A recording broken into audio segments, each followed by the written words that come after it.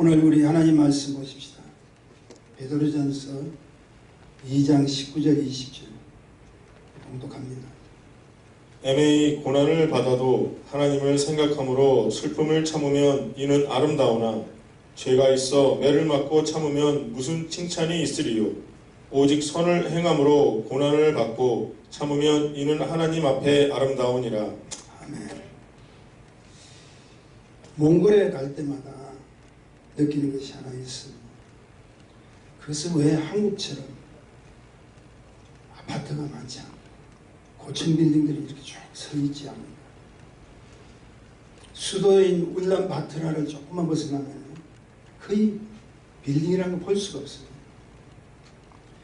그리고 그들은 게르라고 그러죠. 천막, 몽고 텐트죠. 그곳에서 혹독한 추위를 견딥니다.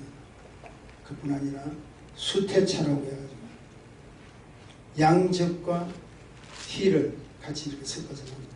수태차. 그 차를 그 게르 안에서 마시면서 굉장히 행복하게 하고 있습니다. 제가 처음에 갈 때는 지금 계속 갔지만 굉장히 의문이었어요. 왜 빌딩들이 없을까? 답이 간단하더라고요. 우리 김호일 집사님하고 같이 대화를 하다 보니까 그 답을 딱 저에게 주시더라고요. 목사님, 그게 땅이 넓은데 굳이 고층 빌딩 세울 이유가 없지 않습니다. 그 말이 많더라고요. 얼마나 땅이 넓습니까? 봄, 여름 딱 되면요 푸른 초원입니다. 광활한 초원입니다. 그뿐 아니라 그 초원 가운데서도 야생화들이 싹싹 피어나오는데 얼마나 아름답게 펼쳐져 있는지 모릅니다. 그래서 앵글로 사진을 찍는 사람들, 몽골의 그 여름에 반드시 가서 찍을 때가 가장 좋다고 하는 그런 날씨를 보여줍니다. 그래서 굳이 높은 빌딩, 굳이 높은 아파트 세울 필요가 없다. 제가 왜 이런 말씀을 드리냐면 성도에게도 마찬가지라고 생각합니다. 주위 환경에서 주위의 어떤 문제 때문에 행복하게 사는 행복은, 축복은 그것을 이겨낼 수 있는 방법이 딱 한 가지밖에 없죠. 내가 현재 처해 있는 이곳에서 오늘도 전능하신 하나님을 모시고 예배를 드릴 수 있고 그 드림을 통해서 그저 감사가 차고 넘치면 그것이 곧 축복이요 우리에게는 은혜라는 사실을 잊지 말라. 우리가 예배에 참석하면서도 조금만 환경이 바뀌고 어려운 문제가 생기면 죄송합니다. 당장 지구 종말에 온 것처럼 막 우산을 듭니다. 조그만 환경이 바뀌어도 어려운 문제가 있어도 큰일 나는 것처럼 사실 또 그럴 수도 있죠. 민감하게 됩니다. 사실 그런 일이 닥치면 민감할 수밖에 없죠. 그런데 여러분 여기서 꼭 한 가지 빠진 것이 있어요. 이게 무엇인지 아세요? 당신의 닥친 큰 일 속에, 당신의 닥친 그 환경 속에, 당신 문제 속에 왜 우리가 승리는 하나님은 온데간데 없게 없어요. 저는 이렇게 생각합니다. 환경이 문제가 아니라 나 자신이 하나님 잊어버리는 것이 큰 문제요 장애라는 걸 아세요. 오늘도 우리 권사님 오셨잖아요. 96세 자주신 권사님 오셨고 저희 장모님도 오셨잖아요. 어쩌면 하나님이 안 계시다고 하는 그 상황 속에서 환경이 아니라 내 자신의 문제가 먼저 대두되고 있다는 거예요. 응답받으면 할렐루야. 어렵고 힘들면 사실 직분을 가진 자지만 우리가 하나님을 멀리해버리죠. 안 계시다는 거예요. 오히려 고난과 시련 중에 저는 이렇게 생각합니다. 우리에게 주어진 그 문제 속에, 우리에게 주어진 그 환경 속에 다시 한번 당신 자신을, 우리 자신을 점검하는 축복이 있기를 간절히 소원합니다. 그것이 무엇이냐면 감사하다. 그것이 행복한 것이 아닙니다. 오늘 저와 여러분이 지금 이 가운데에서도 다는 나오지 못하시지만 하나님 전에 나와서 경배와 찬양을 드리며 하나님께 영광 돌릴 수 있던 이 사실 한 가지만이라도 우리가 이것을 믿음으로 붙든다면 이것이 축복이 아니고 무엇이겠어요? 이것이 하나님 주신 영광이 아니고 무엇이겠냐? 그래서 감사함으로 드려야 돼요. 영광을 드리면서 드려야 됩니다. 지금 우리가 다르잖아요. 어린아이들에게는 사탕 하나를 딱 주면은요, 굉장히 좋아합니다. 근데 그 사탕을 먹는 사탕을 내가 뺏어보세요. 분하다 울며 불며 난리가 나죠. 근데 그 아이들이 잘하잖아요. 나이가 들고 성숙하면 그게 개의치 않아요. 이제는 오히려 자기가 나눠줄 줄도 알고 섬길 줄도 안단 말이에요. 제가 왜 이런 말씀을 드리냐면 우리가 하나님의 백성이잖아요. 하나님께서 우리에게 주신 축복이 있잖아요. 그 은혜가 있잖아요. 그렇다면은 아무리 어렵고 힘든 가운데서도 내가 그 일을 잘 감당할 수 있고 능히 이길 수 있는 성숙한 믿음을 우리 하나님께서 주시잖아요. 그것을 내가 찾아야 돼요. 지금 돌이켜보면 생애에 우리 생애에 한번 올까 말까 하는 한 일들이 지금 일어나고 있잖아요. 어떻게 도대체 아무리 어렵고 힘들어도 교회가 문을 닫아야 되고 아무리 힘들어도 사람 모이는 것으로 꺼려야 되고 아무리 힘들어도 마스크를 써야 되고 거리를 둬야 되고 하는 이런 일들이 우리 생애에 오겠습니까?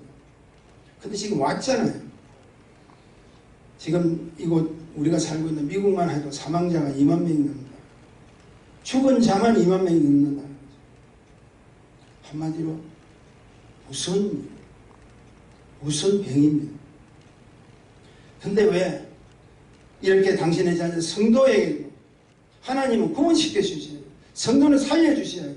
성도를 어려운 가운데서 피난처로 만들어 주셔야 돼요. 근데 왜 성도까지 이렇게 애매하게 성도까지 이런 아픔과 고난을 당하고 있어야 됩니다. 제가 하나님을 기도를 했습니다. 하나님, 그래도 하나님을 믿는 하나님 백성, 하나님 성전, 하나님의 사람들은 그걸 지켜주셔야 돼요. 근데 이 문제 때문에 지금 교회가 욕을 듣고 이 문제 때문에 교회가 이슈가 되고 교회 삶 속에 성도들이 저럴 수 있나 목사님들이 저럴 수 있나고 손가락질을 받는다면 이건 아니지 않습니까? 라고 기도할 때가 있습니다. 왜? 우리가 하나님의 뜻을 거스립니까? 왜 우리가 하나님의 영광을 우리 스스로 지금 가리게 됩니까? 왜 우리 하나님이 있다 없다고 우리 자신이 스스로 판단해야 됩니까? 오늘 본문을 제가 이렇게 출발하고 있습니다. 애매히 고난을 당하고 저는 이 말씀에 멈췄어요. 애매히라는 게 뭘 이야기합니까? 억울해도 확실치 않아도 누명을 써도 애매하다. 그런 관계죠. 여기서 중요한 것은 뭡니까? 분명히 적이요 우리의 악한 원수 같은 건 애매하다는 말이 아닙니다. 대적이죠. 우리 분명한 대적입니다. 네가 죽든지 우리가 죽든지. 그런데 대치적 관계는 애매라고 할 수 있지만 우리가 지금 있는 이 애매라는 말은 부모, 형제 그리고 함께 가는 성도들의 관계 속에서 고난은 고난인데 애매한 고난이라. 우리가 믿는 사람 앞에 왜 애매한 고난이 일어납니까? 성경은 말합니다. 애매한 고난을 받든 분명한 고난을 받든 전능하신 하나님을 생각하고 너가 그 고난 가운데 슬픔을 참으면 기가 막힌 말이 나와요. 아름다운 일이에요. 그뿐 아니라 죄가 있어 매를 맞는 건 당연하지만 너희가 선을 행하다가 그래도 그 선 때문에 슬픔을 참게 된다면 그 일까지도 뭐라고? 아름다운 일이라. 한 가지 분명한 사실은 성도가 받는 고난은 고난 자체로 끝나는 것이 아니라는 사실을 우리에게 가르쳐주고 있습니다. 고난 후에 반드시 복을 준비하고 계시다는 사실을 아셔야 합니다. 그렇다면 성도의 애매한 고난이 받는 이유가 무엇일까요? 저는 이렇게 생각합니다. 첫째, 창대케 하신다는 것. 우리가 잘 아는 믿음의 조상 아브라함을 우리는 잘 압니다. 그는 하나님의 전적인 명령으로 자기 고향을 떠났죠. 우리가 한국에서 고향을 떠나 미국에 온 것처럼 그런 그가 자신을 따라 나왔던 조카 롯을 우리는 잘 압니다. 근데 그 조카 롯 때문에 애매한 고난을 누가 당하시냐면 아브라함이 많이 당해요. 왜냐하면 롯은 처음부터 따라오면서 처음부터 부자가 된 사람이 아니에요. 그냥 아브라함을 따라왔기 때문에 아브라함의 것으로 차츰차츰 부자가 되어 가더라는 거예요. 그게 롯입니다. 그렇다면 아브라함 때문에 조카인 롯이 부자가 되고 아브라함 때문에 잘 살게 되었다면 아브라함을 복을 주셔야 되고 아브라함이 애매한 고난을 당해야 됩니까? 아닙니까? 당하지 말아야 되죠. 근데 성경에 보면은 전부 조카 롯을 위해서 네가 자하면 내가 우할 것이다. 네가 우하면 내가 자할 것이다. 전적으로 양보하는 전적으로 롯에게 우선권을 주는 아브라함의 모습을 볼 수 있잖아요. 그뿐 아니라 소돔과 고모라를 있는 그 빠져있는 조카 롯의 가족을 위해서 불철주에 기도하죠. 요청합니다. 구해다가 하나님께서 아브라함 기도를 들어주셔서 천사까지 동원해서 그 악의 구름텅이에서 건져내시잖아요. 이 아브라함에 있어서는 분명 애매한 고난을 당하고 있어요. 힘든 일을 지금 당하고 있죠. 우리는 이런 일을 뭐라고 이야기합니까? 가장 짧은 단어가 있죠. 우리 한국 사람들이 흔히 하는 거냐. 사서 고생한다. 사서 고생한다. 굳이 예면하면 끝날 뻔인데 그 조카 롯을 위해서 기도하고 그 조카 롯을 위해서 양보하고 모든 일을 다 했단 말이에요. 그런데 성경을 자세히 보면 참으로 귀한 말씀이 있습니다. 조카 롯이 복을 받았다는 말씀 한마디도 안 나와요. 그렇게 아브라함이 애매한 고난을 당하면서까지 희생했지만 조카 롯이 복을 받았다는 이야기는 나오지를 않는다는 거예요. 오히려 자기 것을 내어놓는, 오히려 자기 것을 내어놓고 섬김으로 인해서 상대가 복을 받을 수 있도록 한 아브라함은 여러분 아시죠? 창세기 26장 4절에 보면 이런 말씀이 있습니다. 우리 같이 한번 읽어보십시다. 시작. 내 자손은 하늘의 별과 같이 번성케 하며 이 모든 땅을 내 자손에게 주리니 내 자손을 인하여 천하 만민이 복을 받으리라. 복을 받으리라. 복의 근원이 되는 축복을 누구에게 허락하신다고? 아브라함이 허락하신다. 놀라운 사실을 아셔야 됩니다. 아브라함의 계보에서는 계속해서 아브라함의 생애까지 아니 지금까지 아브라함의 계보에서 뭐가 나타나는지 어떤 단어들이 나타나는지 창대라는 단어가 나타납니다. 형통이라는 단어가 나타납니다. 번성이라는 단어가 나타납니다. 왕성이라는 단어가 나타납니다. 거부라는 강성이라는 단어가 나타납니다. 마침내 근원이라는 말까지도 계속 아브라함의 삶 속에는 끊임없이 아브라함도 실수가 많았잖아요. 아브라함도 잘못한 것이 많습니다. 근데 아브라함의 생애는 무엇을? 애매한 고난을 당해도 내가 너에게 복을 주겠다. 너는 왕성할지다. 너는 창대할지다. 너는 번영할지다. 어느 복을 받고 싶습니까? 잠시 잠깐에 나에게 도왔던 그 일 때문에 내가 복을 받는 것이나 상대가 복을 받게 된다. 그것이 축복이 아니고 무엇이겠냐. 이런 삶을 살아가는 거예요. 그러니까 이 말은 뭘 이야기하냐. 우리가 애매한 고난을 당하든 힘든 고난을 당하든 이해가 되지 않는 고난을 당한다 할지라도 그 고난 때문에 너희는 창대하고 하나님의 축복이 너희에게 넘친다는 거예요. 이 사실을 받으라는 거예요. 이 사실을 붙들라는 거예요. 그래서 하나님 왜 우리는 성도인데 이 고난을 피할 수 있도록 해주셔야지 왜 그렇게 합니까? 아니에요. 그 고난 가운데 너 자신을 발견하고 그 고난 가운데 준비하신 하나님의 축복을 받으라는 거예요. 그것이 축복이라는 거예요. 그래서 성도의 첫 출발이 뭡니까? 믿음이잖아요. 우리 역사 속에서 자기의 잘못 때문에 여러분 아시죠? 삼족을 멸한다는 말 들어보셨죠? 새 대대로 내려갈 때까지 다 죽여버려요. 다 멸해버려요. 굉장히 무서운 이야기죠. 마찬가지로 성도의 첫번하죠. 섬기는 교회, 여러분의 가정, 그리고 사업장과 어떤 일터에서 여러분이 믿음으로 내려놓는다면 어려운 환경 속에서도 당신의 믿음으로 내려놓는 삼족뿐 아니라 영원한까지 복을 받는 축복을 허락해 주실 줄 믿습니다. 그것이 우리가 받아야 될 고난이에요. 두 번째로 성도에 애매한 고난이 있습니다. 감사의 조건을 끊임없이 제공받습니다. 고난은 고난인데 애매한 고난을 받으면요 감사가 끊이지 않아요. 우리가 흔히 성경에 볼 때 예수님의 행상의 모양을 갖추었다는 요셉의 이야기를 우리 잘 압니다. 자기 행동으로부터 억울한 일을 당하죠. 그래서 애매한 고난의 주인공이 됩니다. 행동으로부터 시기 질투를 당하잖아요. 결국은 뭐를? 종으로 애굽에 팔려갑니다. 또 종으로 팔려가서 그것으로 끝난 것이 아니라 시위대장 보디발의 아내의 유혹을 뿌리침으로 억울한 뭐가 사냐? 옥살이까지 하게 됩니다. 요셉은 용모가 준수합니다. 아주 시금 이야기합니다. 미남이에요. 그런데 거기에다 성실함까지 했어요. 그런 그가 왜 애매한 고난을 당합니까? 그런데 그런 요셉의 인생 후반기를 한번 보세요. 여러분 다 아시는 내용이기 때문에 제가 생략합니다. 성성장군이에요. 성장. 그 이유가 무엇일까요? 사실은 하나님께서 요셉과 함께 하셨지만 무엇보다 요셉의 삶에 분노, 억울함, 복수심 그리고 자신의 인생에 대한 원망이 전혀 보이지를 않더라는 거예요. 자기를 샀던 주인이 보세요. 저 사람은 보면은 짜증이 나. 저 사람이 보면은 말투가 전부 억울함이야. 저 사람 보면은 도저히 내가 사는 맛이 없어. 근데 저 사람만 보면은 이유를 묵념하고 억울한 일이 있어서 노예까지 팔려왔겠지만 그저 기뻐. 그 사람만 봤더니 내 마음이 편해. 저 사람을 봤더니 내가 모든 걸 맡기고 싶어. 하나님이 우리를 볼 때 그렇게 생각하신다고 얼마나 좋을까요? 요셉의 축복은 바로 그거였다. 애매한 고난을 당한다 할지라도 요셉의 믿음은 흔들리지 않았고 요셉의 삶 속에서는 하나님의 영광을 그의 삶 속에서 계속 드러내고 있더라는 거예요.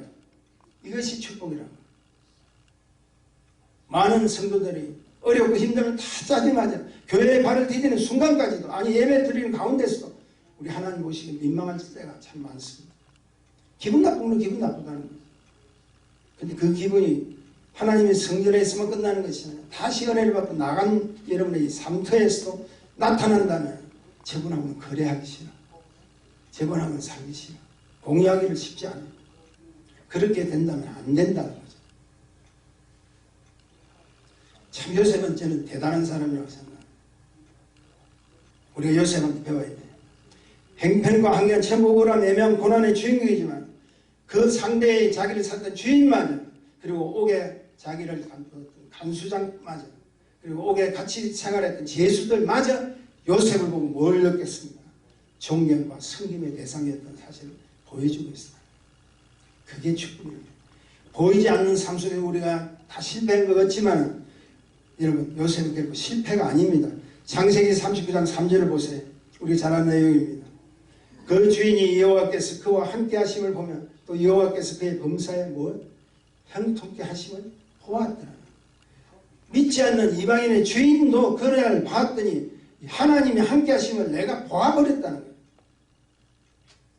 여러분, 애매한 고난은요, 우리에게 감사의 조건을 허락해 주십니다. 우리에게 더 큰 축복을 허락해 주신다는 사실을 놓치셔서는 안 된다는 거예요. 하나님, 억울합니다. 이 억울함을 통해서 다시 한번 하나님의 백성, 하나님의 자녀인 것을 다시 한번 보여주기를 원합니다. 하나님, 내 삶에 자정하셔서 오늘도 성령으로 함께 하셔서 나를 행복하게 해주시고 나를 기쁘게 해주시고 나를 축복해 달라는, 당신만 보아도 할렐루야, 당신만 보아도 놀랄루야, 할렐루야, 기뻐, 그저 만나면 즐거워, 그런 삶을 보여줄 때 하나님 역사해 주시지 않겠습니까? 그의 얼굴에서는 그의 삶의 현장은 그대로 보입니다. 요셉은 달랐어요. 하나님이 자기에게 이미 준비해 주신 축복을 깨달았다는 거예요. 믿었다는 거예요. 그래서 원맨불평하기보다는 자신의 하나님의 은혜를 전부 뭐로 돌려버렸죠? 감사를 돌려버렸죠. 조건으로 받아들여요. 놀라운 사실, 요셉의 감사는 계속해서 또 다른 감사를 돕고 있잖아요. 그것으로 끝난 것이 아니라 하나님께서 감사가 끊이지 않는 자에게 복이 무엇인가를 계속 가르쳐주고 있다는 거예요. 우리가 잘 아는 역대상 4장에 보면은 우리가 잘 아는 야베스의 기도 우리 잘 아시죠? 야베스의 기도가 뭡니까? 주께서 내게 복에 복을 더하사, 복으로 끝난 것이 아니라 복에 복을 더하사, 감사가 계속 끊임없이 일어날 수 있는 축복을 허락해 주셨다는 거예요. 야베스의 기도가 그냥 기도가 아니라는 거예요. 자기의 감사가 드릴 수밖에 없는 조건들에 나타난 결과가 뭡니까? 복에 복을 더하사. 하나님, 저에게는 복에 복을 더하는 축복을 허락합니다. 그런 의미에서 이번 어렵고 힘든 고난인데 우리가 저는 감사의 조건들을 좀 찾았으면 좋겠어요. 코비드-19에서 오늘도 지켜주시고 오늘도 이 자리에 나와 예배를 함께 드릴 수 있음에 감사를 발견하시라. 목사님 통해서 하나님의 음성을 발견했다면 그것이 감사의 조건 아니면 무엇이겠습니까? 찬양을 통해서 살아계신 하나님께 경배를 드릴 수 있는 것이 감사의 조건이 아니면 무엇입니까? 여러분, 여러분이 억울하고 짜증스럽고 힘든 일보다는 감사의 조건을 하나하나 다 챙기고 있습니다. 저는 제가 전에도 말씀드린다. 하루 일치를 꼭 제가 일기로 쓴다. 근데 감사의 말이 계속 나와야 내가 사는 거예요. 어차피 힘들고 어려운 거는 나에게 도움이 전혀 안 돼요. 힘들고 어렵지만은 그래도 오늘도 당신이 계셔서 살아 숨쉬게 해주시고 하나님이 계셔서 오늘도 내가 하나님 일을 감당할 수 있는 축복을 허락해 주시면 감사드립니다. 그 감사를 마지막으로 탁 쓰고 주무세요. 그리고 기도를 하세요. 여호와는 나의 뭐라고요? 목자시니 내게 부족함이 없습니다. 그 사실을 고백하면 시작하시라. 감사하면 또 감사가 계속 끊임없이 일어난다. 애매히 맞는 고난을 통해서 세 번째 한 가지를 더 여러분에 부탁드립니다. 믿음의 거장들이 되십시오. 여러분 아시죠? 성도는 억울하니까 무릎을 꿇죠. 세상 사람들 억울하면 무엇을 찾아야 될지 몰라요. 그래서 성도는 하나님의 은혜를 받았기 때문에 억울한 일이 생기면 바로 무릎을 꿇어요. 그거 얼마나 감사합니까? 또 무릎을 꿇고 나니까 하나님 말씀을 붙들 수밖에 없잖아요. 이 말은 뭐냐면 고난이 닥치니 하나님 앞에 가까이 오더라는 거죠. 우리는 하소연을 할 때가 있잖아요. 우리는 붙잡을 때가 있잖아요. 우리는 가까이 가야 될 때가 있잖아요. 그래서 우리는 이렇게 고백합니다. 시편 기자 10편 119편 71절에 보면 우리가 잘 아는 내용 다 같이 한번 읽어보십시다. 시작. 고난당한 것이 내게 유익이라. 이로 인하여 내가 주의 율례를 배우게 되었다. 고난당한 것이 내게 뭐라고요? 유익이라. 고난 이꼬르 유익. 고난 이꼬르 주의 율례. 주의 율례라는 건 세밀한 법을 자세한 말씀이라는 겁니다. 그 말씀을 알게 된다. 제목만 한 것이 아닌 세밀한 뜻을 알게 된다. 결국 하나님이 택하신 성도의 고난은 더 유익하고 더 감사의 조건, 더 좋은 길로 인도하시는 축복의 통로가 바로 그 고난이었다.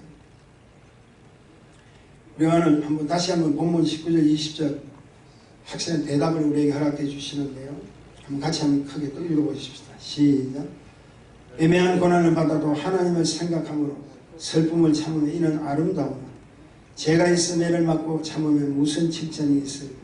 오직 선을 행함으로 고난을 받고 참으면 이는 하나님 앞에 아름다웁니다. 저는 오늘 이 말씀을 듣고 얼마나 감사한지 몰라요. 애매한 고난을 받아도 하나님을 생각하고 받으면, 그리고 슬픔을 참으면, 힘든 일을 참으면 이는 아름다운 일이에요. 여러분의 생애가 아름다워야 될 거예요. 죄가 있으면 매를 맞으면 당연히 그건 받아야 될 것이지만 무슨 칭찬이겠어요. 그러나 오직 선을 행함으로 받는 고난을 받는다면 이는 하나님 앞에 뭐라고요? 아름다워요. 하나님 앞에 아름다워요. 내 삶의 평가는 누가 하세요? 내 행자가 하는 것이 아니라, 내 부모가 하는 것이 아니라, 내가 하는 것이 아니라 하나님이 하세요. 근데 하나님 보시기에 내 삶이 아름답게 보여요. 저는 이런 생각을 합니다. 세월이 가고 시간이 간다 해도 우리의 갈 길은 오직 한 가지. 그 길로 갔으면 좋겠어요. 아름다운 길. 하나님이 보시기에 아름다운 길, 그 길로 가기를 소원합니다. 로마의 휴일이라는 영화 한 편으로 세계적인 스타가 된 오드리 헵번이라는 분, 여러분 잘 아시죠? 오드리 헵번. 영상을 보니까 참 이쁘네요. 이 한 편으로 대스타가 되어버렸죠. 특히 프랑스가 낳은 세계적인 디자이너 지방시라는 사람 알죠? 그 지방시를 만나서 그녀가 완전히 달라져 버렸죠. 뭐 쇼카트 머리. 그 시대는 쇼카트 머리가 거의 없었던 거예요. 그리고 헵번 스타일이라는 독특한 패션으로 지방시의 도움을 받아서 완전히 많은 사람을 독차지했던 겁니다. 근데 그는 어린 시절에 2차 세계대전 때입니다. 그때 거의 굶어가는 그리고 죽을 수밖에 없는 그런 상황 속에서 지금의 유니세프라고 들어보셨죠? 옛날 명칭은 국제구호기금센터라고 이렇게 합니다. 도움을 극적인 삶을 살게 되면 다시 살아났단 말이에요. 그래서 그는 스타가 되었어도 자신을 도왔고 자신을 살리게 해주고 유니세프를 잊지는 못해요. 자신이 가지고 있던 명성과 부를 다 그들에게 바치기를 소원합니다. 우리가 잘 아는 아프리카 소말리아 있죠. 지금 해적의 나라죠. 그 소말리아에서 자신이 대장암을 판명을 받게 돼요. 그 판명을 받고도 끝까지 가난한 자, 병든 자를 위해서 헌신합니다. 그리고 그가 죽음을 맞이하면서 세상에서 잘 들어보세요. 세상에서 가장 아름다운 사랑의 제목으로 10가지 명언을 남기는데 전 너무 감동을 받았어요. 그거 제가 여러분에게 좀 소개를 해드릴게요. 첫 번째가 이렇습니다. 아름다운 입술을 갖고 싶으면 친절한 말을 하라. 사랑스러운 눈을 갖고 싶으면 상대의 좋은 점만 보아라. 날씬한 몸매를 갖고 싶으면 너의 음식을 배고픈 사람과 나누라. 아름다운 머리카락을 갖고 싶으면 하루에 한 번 어린이가 손가락으로 너의 머리를 직접 쓰다듬게 하라. 아름다운 자세를 가지고 싶다면 너 자신이 혼자 걷고 있지 않음을 맹신하라. 여섯 번째, 만약 내가 상대의 도움을 주는 손이 필요하다면 한 손은 너 자신을 돕는 손이고 다른 한 손은 다른 사람을 돕는 손인 것을 기억하라. 7번째, 나는 결코 나 자신을 우상이라고 생각하지 않는다. 나는 단지 나의 일을 행할 뿐이다. 8번째, 성공이란 중요한 생일이 다가왔는데 반응이 없다면 당신은 전과 똑같다는 사실을 발견한 것과 같다. 9번째, 돌이켜보라. 당신이 더 어려웠을 때 당신을 행복하게 만들었던 것을 찾아보아라. 돌아가서 자신이 행했던 것과 자신이 진실이라고 믿었던 것을 찾아보아라. 10번째입니다. 나는 상대의 사랑을 받을 만한 욕심이 있는가? 만약 있다면 당신도 그 사랑을 베풀 욕구가 있다는 것을 당연히 인정하라. 좀 말씀이 후반절로 가니까 조금 어렵죠. 근데 여러분 잘 생각해보면 참 자기 중심이 아니라 뭐죠? 상대 중심이에요. 그리고 그 상대 중심을 하는 것이 자기 생에 가장 아름다운 사랑이라는 거예요. 말씀하십니다. 믿음의 사람에게 닥친 고난은 우리에게 유익한 겁니다. 특별히 애매한 고난은 당신을 참되게 해주시는 것을 믿으셔야 됩니다. 끝임없는 감사의 조건을 제공받으면 마침내 믿음의 거장들이 될 수 있도록 하나님께서 우리에게 축복을 허락해 주셨다는 것 기억하시고, 이번 코로나-19에도 반드시 우리 교우들은 한 사람도 확진자가 없이 주께서 지켜주신 걸 믿으시고 주님 오시는 그날까지 하나님 기뻐하신 그 길로 고군분투하고 승리하시는 우리 모두가 되시기를 주님의 이름으로 축원합니다. 거룩하신 주님 은혜 감사합니다. 허락하신 말씀을 통해서 우리에게 주신 이 귀한 은혜를 다시 한번 기억하기를 원합니다. 우리가 할 일이 무엇입니까? 우리에게는 아무것도 없음을 기억합니다. 나의 나된 것은 다 하나님의 은혜이기에 애매한 고난을 당하고 확실한 고난을 당하고 그 고난은 하나님 영광을 위해서 참는 고난은 아름답다고 하셨습니다. 우리의 인생 후반기가 아름다운 하나님의 사람으로 축복하옵소서. 예수님 이름으로 기도했습니다.